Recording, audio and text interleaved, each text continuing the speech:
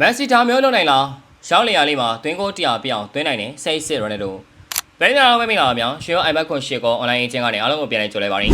ဆင်ကြီးရနေတို့ကတော့တကယ်ကိုလည်းဖျားခါစရာကောင်းတော့ပါတယ်ရောက်လျာလေးတိုင်းမှာတွင်းကိုရာကြောအောင်တွင်းနိုင်တာဆိုလို့ဒီစူမှာတူတူပဲရှိပါတယ်ဒါမျိုးကိုဟိုစိတ်တူလိုင်းလုံးနိုင်မယ်မထင်ပါဘူးပြီးခဲ့တဲ့မေလ9ရက်နေ့ကကစားခဲ့တဲ့အေရှာဘတ်နဲ့ပွဲစဉ်မှာအဝေးကွင်းမှာ၄ဂိုးနဲ့နိုင်ရလိုက်တာဟာNSR အတွက်ချန်ပီယံဆုစီတက်လန်းဖို့အတွက်အကြီးမားဆုံးခြေလှမ်းတစ်ခုဖြစ်သွားခဲ့တာပါဒီဝဲမှာအသင်းတိုင်းစစ်ကကြောက်ဖို့ကောင်းခဲ့ပြီးပွဲစပြီး3မိနစ်မှတင်ဂျာဖီလစ်ကအဖွင့်ကိုစသွင်းခဲ့တယ်လို့10မိနစ်မှာဒုတိယကိုထပ်သွင်းပြီးပွဲကိုစောစီစီအသာစီးရောက်နိုင်ခဲ့တာဖြစ်ပါတယ်။အေရှာဘက်ကလည်းရှုံးမပေးပဲကာရက်စကိုရဲ့ဂိုးနဲ့ပြန်လိုက်ခဲ့လို့ပွဲကအကျိတ်နေရှိခဲ့ပေမဲ့85မိနစ်မှာတင်းကောင်းဆောင်ရဲတို့ကဆာရီယိုမာနီရဲ့ဖန်တီးပေးမှုကနေအပိုင်ကန်သွင်းပြီးအနိုင်သေးကြောင်းလုပ်ပေးခဲ့တာပါ။နောက်ဆုံးနာချင်းချင်းမှုမှာဖီလစ်ကပရနီကနေတဆင့်သူ့ရဲ့ hat-trick ဂိုးကိုသွင်းယူနိုင်ခဲ့လို့ NSR အတွက်3မှတ်ပြရခဲ့တာဖြစ်ပါတယ်။ဒီနေ့ဝဲကြောင့် NSR ဟာ32ပွဲကစားပြီးမှရမှတ်82မှတ်ထိရရှိထားပြီးဒုတိယနေရာကအိလေထက်9မှတ်အသာနဲ့ဇာတ်ထိပ်မှာဆက်လက်ဦးဆောင်နေပြီဖြစ်ပါတယ်။ Red Dot ဒီပွဲကရိုးနိုင်ပွဲတွေမဟုတ်ပဲတမိုင်းဝင်မှတ်တမ်းတွေအများကြီးရခဲ့တဲ့ပွဲပါပဲ။သူကအခုပွဲမှာသွင်းခဲ့တဲ့ဂိုးနဲ့အတူ Sorry Pro လေးတမိုင်းမှာသွင်းဂိုး100ပြင်းမြောက်သွားတဲ့မှတ်တမ်းကိုရောက်နိုင်ခဲ့တာဖြစ်ပါတယ်။ Sorry ကို2020နှစ်ဒီဇင်ဘာမှာရောက်လာပြီး400တိမပြေးခင်မှာတင်ဒီလိုဂိုး100ပြည့်အောင်သွင်းနိုင်ခဲ့တာဟာမျိုးနိုင်စရာကောင်းတဲ့စွမ်းဆောင်ရည်ပါပဲ။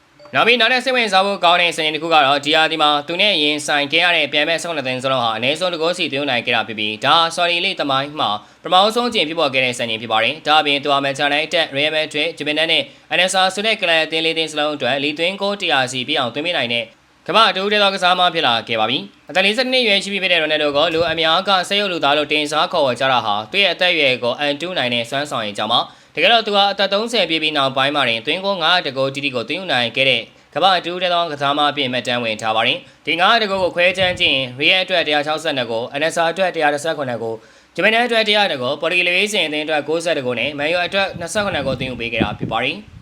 အခုဆိုရင်ရန်ဒိုရဲ့ကစားမပွားတဲ့ရှောင်းစုပေါင်းသွင်းကိုမှတ်တမ်းက980ကိုအထိရှိလာခဲ့ပြီဖြစ်ပြီးသွင်းကို1000ဆိုတဲ့မှတ်တမ်းကြီးကိုရရှိဖို့အတွက်နောက်ထပ်29ကိုပဲလိုပါရင်NSI အောင်မြင်မှုတွေမှာလည်း Red Dot ပြင်ချောင်းဖီလစ်ကလည်းပါဝင်ပတ်သက်မှုကြီးမားခဲ့ပါတယ်။ဖီလစ်အားကြီးဒီမှာသွင်းကို19ကိုသွင်းယူထားသလို12ကိုထိဖန်တီးပေးထားပြီးဆော်လီလေးရဲ့ဂိုးဖန်တီးမှုများဆုံးစားမပြင်ရည်တည်နေတာဖြစ်ပါတယ်။သူတို့နှစ်ယောက်ရဲ့တွဲဖက်မှုက NSI ရဲ့တိုက်စစ်ကိုပို့ပြီးတော့ထက်မြက်လာစေခဲ့တာပါ။အခုဆိုရင် NSI ဟာချန်ပီယံဆုအတွက်တကယ်ကိုဆုံးဖြတ်ပေးမဲ့ပွဲကိုလာမယ့်မေလ12ရက်နေ့မှာအိလေတင်းနဲ့ရင်ဆိုင်ရမှာဖြစ်ပါတယ်။အိလေကဒီမှာရှုံးမဲ့မရှိသေးတဲ့အသင်းဖြစ်ပေမဲ့ရမှတ်9မှတ်ကွာနေတာကြောင့်ဒီပွဲမှာ NSI လာနိုင်ရခဲ့ရင်ချန်ပီယံဆုကိုတရားဝင်အတည်ပြုနိုင်တော့မှာဖြစ်ပါတယ်။တကယ်လို့တေချားခဲ့ရင်လည်း9မှတ်အသာနဲ့ဆက်ထိန်နိုင်ရမှာဖြစ်လို့ NSR အတွက်ချန်ပီယံဖြစ်ဖို့အခွင့်အရေးကအလွန်များနေစေဖြစ်ပါတယ်။ဟုတ်ကဲ့ခင်ဗျာဗီဒီယိုကလောက်ပါပဲ။နောက်နေ့မှာလည်းအားကစားနဲ့ပတ်သက်တဲ့သတင်းကြားတွေကိုတင်ဆက်ပေးတော့မှာဖြစ်တာကြောင့်ကျွန်တော်တို့ရဲ့ page တွေကို like and follow လုပ်ပြီးဒီဗီဒီယိုကိုလည်း share ပေးကြပါဦးလို့ပြောရင်းနဲ့ညီကုန်းချုပ်လိုက်ရပါတယ်ခင်ဗျာ။